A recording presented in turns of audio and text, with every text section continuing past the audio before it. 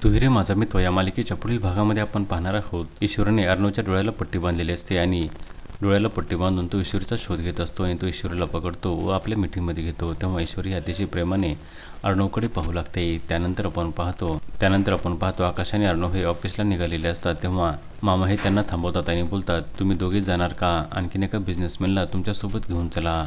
आणि तेव्हा ईश्वरी ही कारचा दरवाजा उघडते व बाबा हे कारच्या बाहेर येतात. आणि तेव्हा ईश्वरीने बाबांना पूर्णपणे बदलून टाकलेले असते आणि तेव्हा सर्वजण हे अवाक होऊन बाबांकडे पाहू लागतात.